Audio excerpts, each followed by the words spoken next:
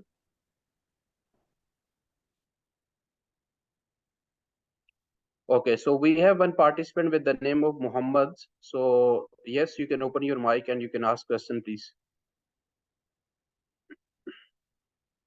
Mr. Muhammad, Yes, you thank you have so raised your hand. thank you so much. I have a question from Asif Bhai. Asif Bhai, you just said that, like, for example, if a director is abroad and he's attending the meeting abroad for a directorship, and then his director remuneration may not be considered as Pakistan or source income, because he's not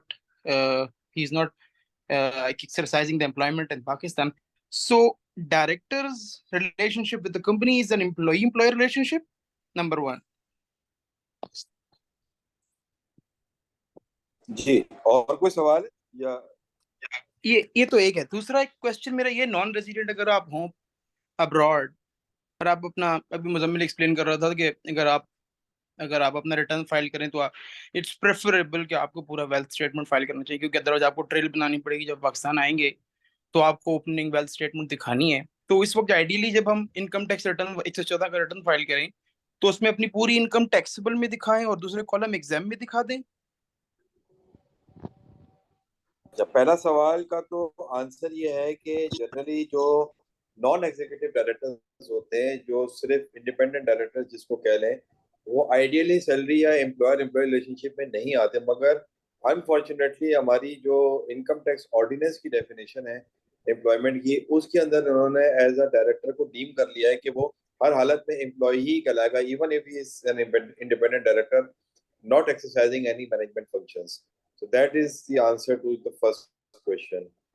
Second question you have raised is that कि अगर कोई non resident है और अगर वो अपना पाकिस्तान का return भर रहा है, तो उसमें आपका सवाल ये है कि जो उसकी पाकिस्तान सोर्स इनकम ही दिखाए या अपनी बाहर की इनकम भी एग्जाम में दिखाए, आप ये सवाल है आपका? नहीं, मेरा ये क्वेश्चन है, लेट्स से मेरा क्वेश्चन ये कि हम लेट्स से सैलरी अर्न कर, हम सैलरीड क्लास पर्सन है outside Saudi Arabia, outside Pakistan, और जितनी भी सैलरी अर्न करते हैं हम, क्योंकि preferably I just heard from Muzammil के आपको आइडियली विद होल्डिंग का रिटर्न इसलिए पूरा भरना चाहिए कि जब आप पाकिस्तान आएंगे तो आपको अदरवाइज वेल्थ स्टेटमेंट बतानी पड़ेगी और ओपनिंग में सारी ट्रेल दिखानी पड़ेगी। तो इट्स प्रेफरेबल कि वेल्थ स्टेटमेंट फाइल करें। जब वेल्थ स्टेटमेंट फाइल करें तो सोर्स ऑफ इनकम भी तो दिखानी पड़ेगी, उसका पैसा कहाँ से आया। तो उसके लिए आप 114 का रिटर्न। मैं करेक्ट कर देता हूँ। देखिए, इस पे जो मैंने डिस्कस किया वो ये बात की है कि अगर पहले तो ये है कि बाय लॉ आपको फाइल करना मैंडेटरी नहीं है नॉन रेसिडेंट को, लेकिन अगर आप यस, फाइल कर रहे हैं तो फिर लोकल और फॉरेन आप दोनों दिखाएं, ठीक है। और अगर आप, क्योंकि वहाँ टोटल एसेट्स की बात की गई है, और फॉर एग्जांपल आप नहीं फाइल करते और जब आप पाकिस्तान आते हैं तो उस दौरान आप अपना रिकॉर्ड रखें, ताकि जब आप पाकिस्तान आए तो ओपनिंग के अंदर जब आप अपनी वेल्थ दिखाएंगे तो उसका ट्रेल आपसे पूछा जा सकता है, क्योंकि आपको सेक्शन में भी ये बात लिखी है कि कमिश्नर आपसे कह सकता है कि भाई आप इसको रिप्रोड्यूस करें।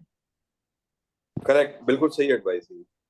नहीं, यही पूरा रिफ्रेश देने, यही जो आपने कहा है, बिल्कुल मेरे क्वेश्चन भी ये था कि आपने यही कहा है कि ट्रेल देना पड़ेगा, तो इट्स बेटर कि आप पूरा वेल्थ स्टेटमेंट फाइल करें।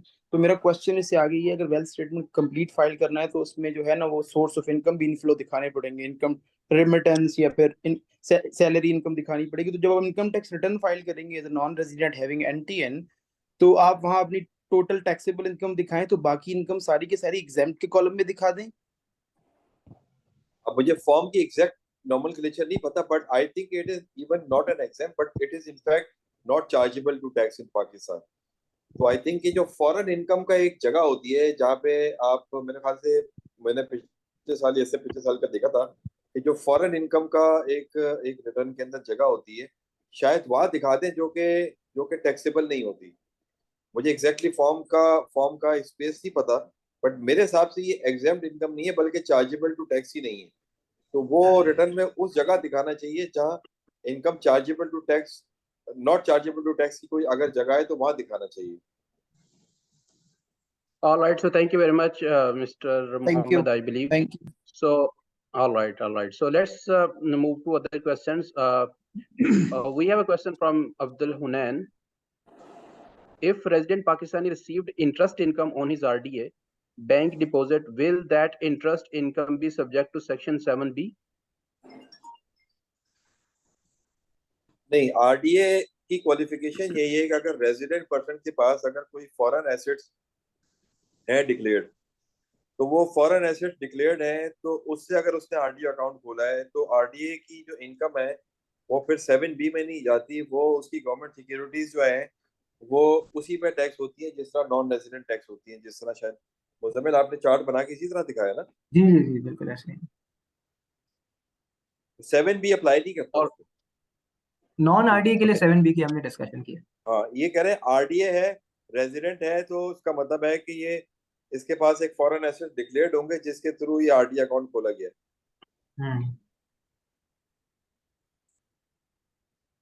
All right. So next question is from Feroz Zada Sahab. What is the exempt annual amount of Pakistan income for a non-resident? Does an individual have to file a return even if exempt?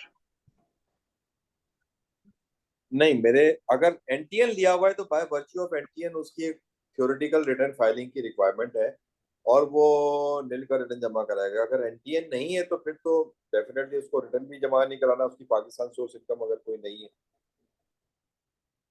All right. So we have question from one another participant. Being a non-resident, if I buy a property and start getting rent out of it, then the rent annual amount is taxable, and the rent annual amount is taxable. Then will this change my status of the non-resident? No. Yes, exactly. It will not. Okay. So next question from the Naeem Officer Sahab is: if non-resident transfer the amount in his Pakistan bank account, how can we declare as income or the foreign remittance? Remittance में मेरे ख्याल से दिखाते हैं जो form अगर में option आ रहा होता है, फॉर्म में ऑप्शन आता है। All right, we have a question from Shabir Sir. Please share experience of refund of advance tax paid on property transaction where the person has no income in Pakistan. Does the FBR issue a refund check? In this check possible in FCY? theoretically तो yes it is possible, but practically we all know that refund is a very cumbersome process and it is generally very difficult to get the refunds in Pakistan. Okay. So next question is under SRO 345/1/2022. If property is valued as per FBR value, will this be correct reflection of the property in return as this is quite low? Further on, selling taxpayer has to bear higher amount of capital gain in this regard. Is this correct? Kindly guide. देखिए ये बड़ा difficult situation होती है कि चूंकि FBR values are lower than the actual transaction values, so the problem arises that कि जो difference between FBR value and actual value वो कहाँ रिफ्लेक्ट करे। अगर कोई नॉन रेजिडेंट है तो उसको तो मसला नहीं है, लेकिन उसने वेल्थ स्टेटमेंट फाइल नहीं करनी है। बट चूंकि अब वेल्थ स्टेटमेंट फाइल ना करने के बावजूद भी जब वो बंदा नॉन रेजिडेंट अगर अपनी प्रॉपर्टी बेचेगा तो सवाल यही आएगा कि जब कैपिटल गेन कंप्यूट करने जाएगा तो उसको वही वैल्यू मिलेगी जो उसने एक्चुअली अपनी ट्रांजेक्शन जो उसने एफबीआर वैल्यू पे, चूंकि उसने पक्के पैसे दिए होंगे। लेकिन 99% केसेस में जो एफबीआर वैल्यू के ऊपर ही ट्रांजेक्शंस होती हैं और एक्चुअल वैल्यू पे ट्रांजेक्शंस नहीं होती। तो एज अ रिजल्ट अगर उसने जो ओवर एंड अबव पैसे कच्चे पे किए, कच्चे से मुराद है कि अपने अपने बैंक अकाउंट से तो पे किए, मगर उस बंदे को जो पेमेंट हुई है वो उसके अकाउंट में नहीं हुई है, बल्कि उसने कहा होगा कि मुझे फला के अकाउंट में पैसे दे दो। तो अब जो सोर्स ऑफ सोर्स होगी आपकी जो कि वेरीफाई कराएगी कि आपकी एक्चुअल वैल्यू क्या थी, और वो एग्रीमेंट होगा जो कि एक पक्का एग्रीमेंट होगा और एक कच्चा एग्रीमेंट होगा। तो कच्चा एग्रीमेंट होगा उसमें आ रही होगी आपकी फुल वैल्यू, और जो पक्का एग्रीमेंट होगा उसमें आ रही होगी एफबीआर वैल्यू। अब अच्छा। चैलेंज कब आएगा? जब चैलेंज उस वक्त आएगा जब यही बंदा प्रॉपर्टी बेचने जाएगा, तो फिर अगर वो holding period, taxable holding period में आता है, तो अगेन उसके पास अब देखने वाली बात यह है कि उसके सामने जो बायर खड़ा हुआ है वो उसको पूरे पैसे देने को तैयार है पक्के, या वो भी अगेन कच्चे पैसे जो है over and above FBR value किस पे देगा। तो अब वो दोनों साइड पे बंदा जो है, सेल प्राइस भी और परचेज प्राइस दोनों, अगर एफबीआर वैल्यू पे ट्रांजेक्शन पक्के पैसे में होती है, तो फिर तो दैट मीन्स के कैपिटल गेन जो है वो एफबीआर वैल्यू से एफबीआर वैल्यू निकलेगी। बट अगर उसने, उसके सामने कोई एक एंड पक्का है, यानी अगर उसने फुल वैल्यू, परचेज वैल्यू दी भी है अपनी, क्या नाम है, पक्के पूरे पूरे पैसों में, और सामने सेलिंग के लिए जब गया तो सामने बंदा जो है वो उसको पूरे पैसे नहीं दे रहा, तो फिर ये एक बड़ा डायलेमा आएगा। तो जनरली मेरी नॉलेज में यही है कि पाकिस्तान में चूंकि फुल वैल्यू का जो कस्टमर्स हैं, चाहे सेल करने जाएं या परचेज करने जाएं, वो आपको जो है वो एफबीआर वैल्यू से ज्यादा आपको कोई नहीं मिलता। तो एज अ रिजल्ट जो है वो capital gain FBR value to FBR value ही निकलेगा, और जो एक्चुअल वैल्यूज होती हैं वो अनफॉर्चुनेटली आपकी आउट ऑफ बुक्स रहती हैं। अच्छा, अगर मैं अच्छा यही वैसे ट्रांजेक्शन आरडीए के थ्रू करूँ तो फिर तो ये मसला ही नहीं आएगा फिर। ठीक है, आरडीए के थ्रू आप करेंगे तो वो तो उन्होंने उसको वो बना दिया ना, उसका क्या नाम है, फुल एंड फाइनल कर दिया ना उन्होंने उसको। Full and final. अगर आरडीए के थ्रू किया है तो फिर तो डेफिनेटली मसला नहीं है। नहीं, एफबीआर वैल्यू वाला भी इशू नहीं आएगा ना फिर। और फिर तो वो जो जिस वैल्यू नहीं, अब आरडीए के अंदर 236 के जो कलेक्ट हो जाता है, हम्म। वो इन्होंने दोनों टाइम पे रखा है ना, कि दोनों टाइम पे टैक्स जो कलेक्ट होगा वो फुल एंड फाइनल होगा। जब एक आरडीए ने फॉर एग्जांपल, एक नॉन रेजिडेंट ने आरडीए के थ्रू परचेज कर रहा है प्रॉपर्टी, तो टैक्स कलेक्ट हुआ, करेक्ट मुजम्मिल? बिल्कुल ऐसा ही है, 236C ठीक ऑफ है। एक एप्लीकेबल हो जाए। अच्छा, अब जब वो बेचे जाएगा जब भी 236C कलेक्ट किया जाएगा उससे, बिल्कुल ठीक है। ठीक है, और दोनों को उन्होंने कहा है कि जो टैक्स कलेक्ट हो गया फाइनल हो गया, ठीक है। हम्म। अब चैलेंज क्या आता है? चैलेंज ये आता है कि 236 के और सी किस वैल्यू पे कलेक्ट होगा। हम्म। किसी जगह मेरे ख्याल से 236 के में लिखा हुआ है कि एफबीआर उस पे एफबीआर वैल्यू पे होगा, और 236 सी में शायद लिखा हुआ है कि कंसिडरेशन रिसीट पे होगा। हम्म।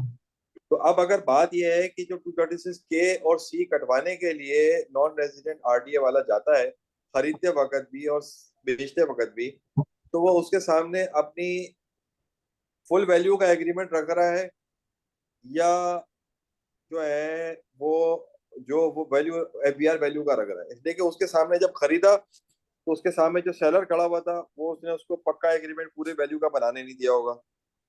लाइकवाइज जब ये किसी को प्रॉपर्टी बेचने जाएगा, जब भी उसके पास एफबीआर वैल्यू का ही कस्टमर खड़ा हुआ होगा इसके पास, तो चैलेंज यही आएगा कि अब जो आरडीए के अंदर जिसने 236 के और 236 सी जिस वैल्यू पे कलेक्ट होना है वो कौन सी वैल्यूज है, वो तो मेरे हिसाब से एफबीआर वैल्यू पे ही क्योंकि ज्यादातर एग्रीमेंट बनेंगे। तो अब उसको एक चैलेंज ये आएगा कि जो उसको एक्चुअल वैल्यू तो फुल वैल्यू मिली होगी, तो डिफरेंस पैसे जो है वो 236 सी कलेक्ट नहीं हुए हुए होंगे उसके ऊपर। ऐसे ही होगा ना? बिल्कुल ऐसे ही है, क्योंकि वो तो एफडीआर वैल्यू अगर दोनों तरफ है तो फिर यही इशू है। तो वो जो डिफरेंस के जो पैसे हैं वो एक बहुत बड़ा चैलेंज आएगा। तो नॉन रेजिडेंट जो आरटीए के थ्रू आता है, अब बैंक के लिए भी चैलेंज आएगा कि भाई ये आपके पास एक्स्ट्रा पैसे आ रहे हैं, उसकी सोर्स क्या है? वो कहेगा वो कच्चा एग्रीमेंट ही दिखा पाएगा, पक्का एग्रीमेंट में तो पैसे आ नहीं रहे होंगे। तो ये एक बड़ा ग्रे एरिया है जिसकी वजह से प्रॉब्लम यही आती है कि जो हमारे नॉन रेजिडेंट आरटीए वाले हैं वो, उनको पाकिस्तान में प्रॉपर्टी की ट्रांजेक्शन करते हुए ये चैलेंज आता है। अब उसका एक एक्चुअल और में हल ही यही करना होता है, पड़ेगा ना, उसमें एक्चुअल में ही करना पड़ेगा, फिर तो ये कंक्लूजन है। मगर आपको कस्टमर 99% कस्टमर आपको नहीं मिलते ना, 1% कस्टमर मिलता है आपको जो फुल हम्म। वैल्यू पे काम करवाना चाहता है। अब उसका फिर तरीका क्या होता है? फिर प्रैक्टिकल तरीका वो यही होता है कि चूंकि वो दूसरी भी उसी आरडीए वाले ने पैसे खरीदने हैं, उसको उसको उसको प्रॉपर्टी खरीदनी है, अगेन वो जब खरीदने जाएगा उसको कोई पक्की वैल्यू का कस्टमर मिलेगा नहीं। तो वो जो एक्स्ट्रा पैसे जो बाहर हैं वो बाहर ही बाहर यूज होते रहेंगे for making payment of properties above the FBR value. ये प्रैक्टिकली तो ऐसा ही हो रहा है, और अनफॉर्चुनेटली ये आरडीए के पैसे जो हैं ये खराब हो जाते हैं। All right, thank you. We have one participant, Mr. Aslan. He is very desperate about his question, but I don't know what he want to learn from this. What are the limits of commissioner's authority to issue notice to non-resident for filing the wealth statement? Can commissioner issue notice to the Bill Gates? I was not reading the question, but he is pasting again and again. So I believe we can discuss what are the limits of the commissioner authority to issue the notice to non-resident for filing of the wealth statement. देखिए, मेरे हिसाब से जो wealth statement non resident की ask करने का जो power है कमिश्नर का, क्योंकि wealth statement is part of return of income, and return of income is required to be filed by a non-resident when that person has any source of income in Pakistan. So if, for example, Bill Gates has no source of income in Pakistan, he cannot issue any notice to him. So the precise answer to the question is that yes, although the commissioner has unlimited power or a discretionary power to issue notice to any non-resident person to file the wealth statement, but that power can only be exercised with respect to a non-resident who has any source of income in Pakistan by virtue of which that person was required to file the return of income, and as a result, he can ask that person to file the wealth statement. Otherwise, if there is no consequence, if there is no reason that that person was required to file the return of income, but commissioner can ask that कि आप मुझे wealth statement file कर दें because मेरा दिल चाह रहा है wealth statement file करें. In my personal view, that he cannot do. All right, thank you. There is one more question. If a person have a NICOP or the POC and live in the overseas, he wants to buy the property in September 23. Then how can he evaluate the status of the resident or non-resident as period of 90 days passed of the relevant tax year? Clause 111AC elaborate that 10th schedule shall not apply to the non-resident having POC or NOC. 10th schedule तो मेरा ख्याल है कि NICOP और उस पे तो नहीं है, वो तो और आरडीए के लिए है। आरडीए का तो पूरा का पूरा 10th शेड्यूल लगता ही नहीं है। और प्रॉपर्टी जहां तक इसकी बात है, अपना क्या कहते हैं, ये प्रॉपर्टी खरीदना चाह रहे हैं? जी 23 में ये सितंबर 23 में ये प्रॉपर्टी खरीदना चाह रहे हैं। हाँ, तो प्रॉपर्टी के अंदर अगर आरडीए के थ्रू खरीदना चाह रहे हैं तो आई थिंक आरडीए के अंदर तो जो रिटर्न फाइलिंग की जो रिक्वायरमेंट है वो तो सिर्फ नॉन रेजिडेंट को माफ की हुई है ना, रेजिडेंट को भी माफ की हुई है अपना मुज़ब्बिन उन्होंने? नहीं, सिर्फ नॉन रेजिडेंट, सिर्फ नॉन रेजिडेंट को मेरे ख्याल है माफ की हुई है। आरडीए तो नॉन रेजिडेंट्स के लिए है ना फिर? नहीं, आरडीए रेजिडेंट के लिए भी है अगर किसी का फॉरेन एसेट है ना। नहीं, ये यहाँ तो ये नॉन रेजिडेंट की बात करें।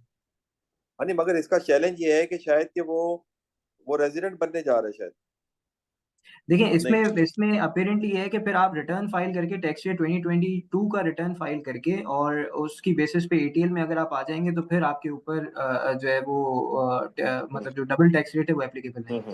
तो अगर कोई नॉन रेजिडेंट है तो ऑब्वियसली बात है उसका तो आरटीए की बेस पे उसको रिटर्न फाइलिंग की रिक्वायरमेंट नहीं है, एंड एज अ रिजल्ट वो उसके लिए एटीएल रेलिवेंट नहीं है।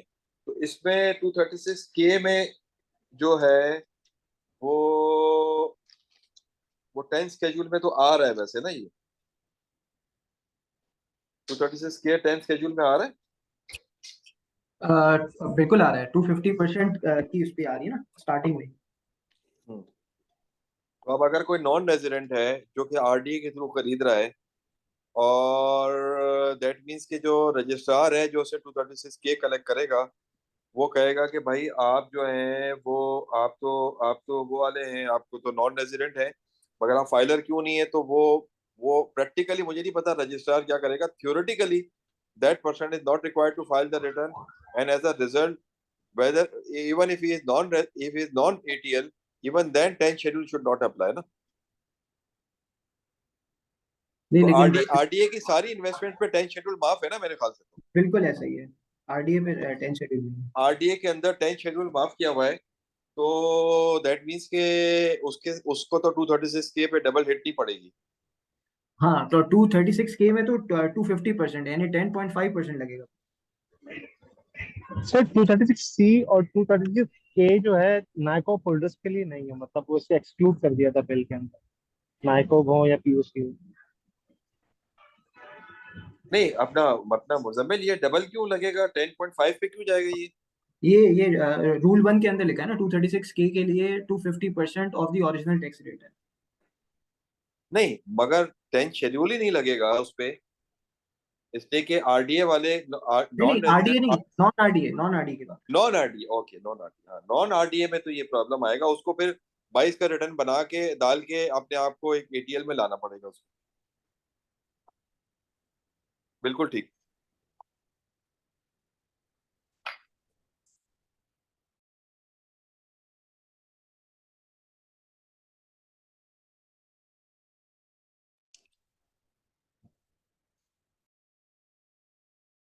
हेलो, मेरी आवाज आ रही है?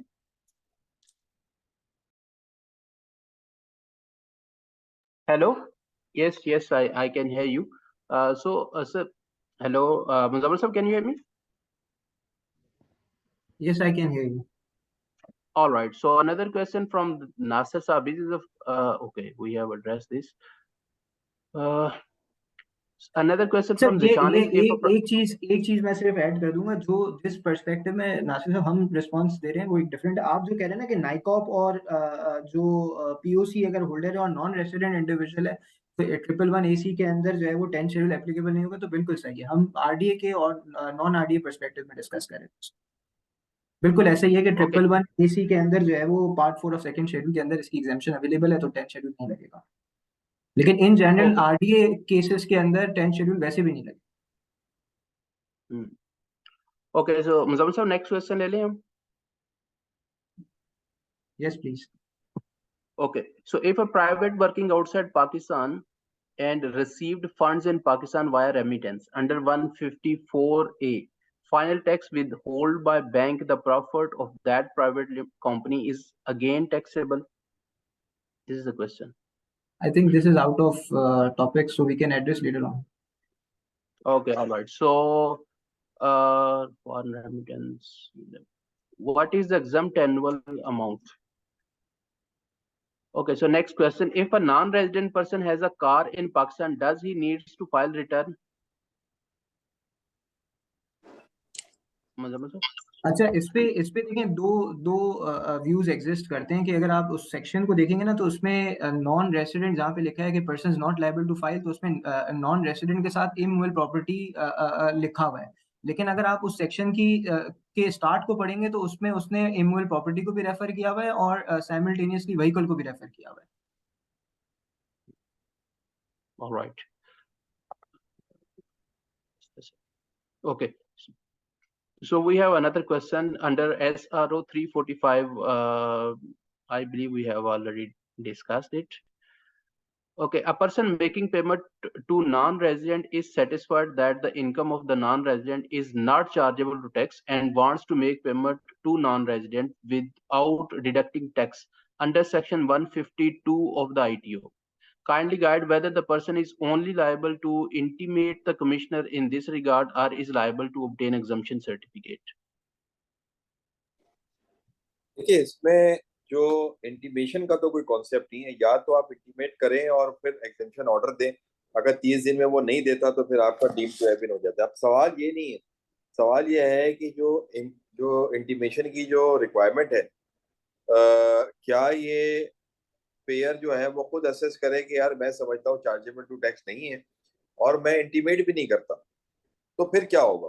यानी बहुत सारे हमारे ऐसे केसेस होते हैं जहाँ नॉन रेजिडेंट को पे कर रहे होते हैं, जहाँ टैक्स ट्रीटी में वो इनकम चार्जेबल टू टैक्स नहीं होती, और अगर आप फॉर एग्जांपल उनको पे करें और कमिश्नर को अप्रूवल ना लें उससे, तो क्या इसकी इम्प्लीकेशन है? तो हमारे हिसाब से इसकी कोई इम्प्लीकेशन नहीं है, इसलिए कि कोर्ट के केसेस डिसीजंस है कि अगर कोई इनकम चार्जेबल टू टैक्स नहीं है तो सिर्फ कमिश्नर को इंटीमेट ना करना या उससे अप्रूवल ना लेना, ये प्रोसीजरल लैप जरूर है, बट फंडामेंटली इसकी कोई एडवर्स टैक्स इम्प्लीकेशन अराइज नहीं होती।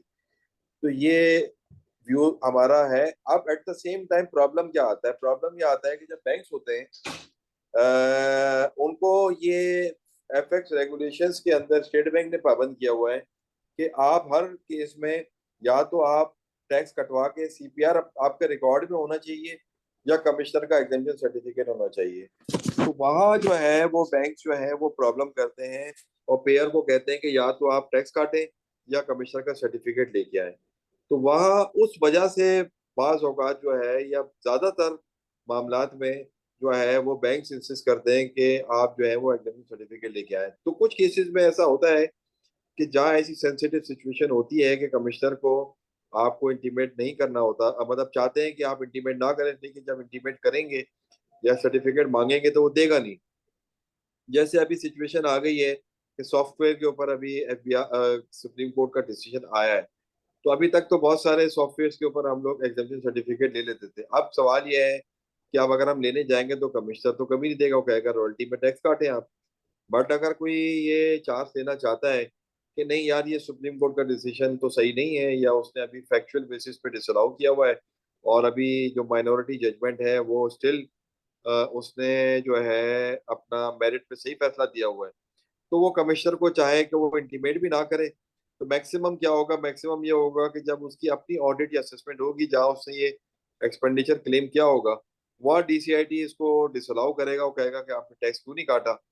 तो वो फिर अल्टीमेटली जब ये इशू अपील में जाएगा तो फिर ये देखा जाएगा कि क्या वो नॉन रेजिडेंट की इनकम चार्जेबल टू टैक्स थी कि नहीं थी। अगर चार्जेबल टू टैक्स थी तो फिर नॉन विदहोल्डिंग पे डिसअलाउंस होगा। इस बेस पे डिसअलाउंस नहीं होगा कि कमिश्नर को आपका जो है ना, आपने कमिश्नर से अप्रूवल क्यों नहीं लिया था। तो it's a debatable area, but एक एग्रेसिव व्यू यही है कि जब इनकम चार्जेबल टू टैक्स नहीं होती तो कमिश्नर से अप्रूवल लेना एक प्रोसीजरल रिक्वायरमेंट है, फंडामेंटल रिक्वायरमेंट नहीं है। All right, so sir, thank you very much for your valuable time and thank you very much for the participants as well. I believe Aliza want to take a group photo, so over to you, Aliza. Yes, thank you so much, everyone, Sir Shakur, Sir Muzammil Himani, and Sir Asif Harun as well for taking out time for this session. I would now like to request our audience to please turn on your camera so that we can take a group photo.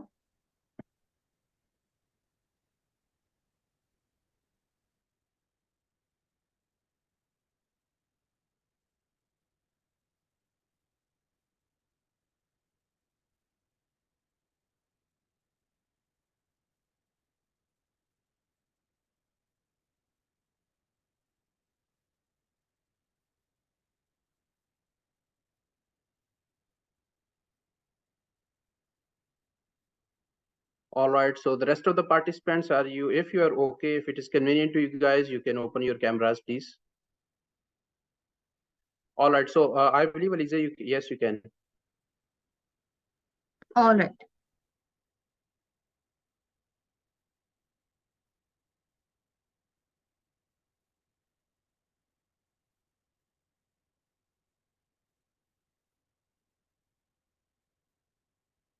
Is it okay? Aliza, is it okay? Yes. Thank you so much, everyone, for All right. joining.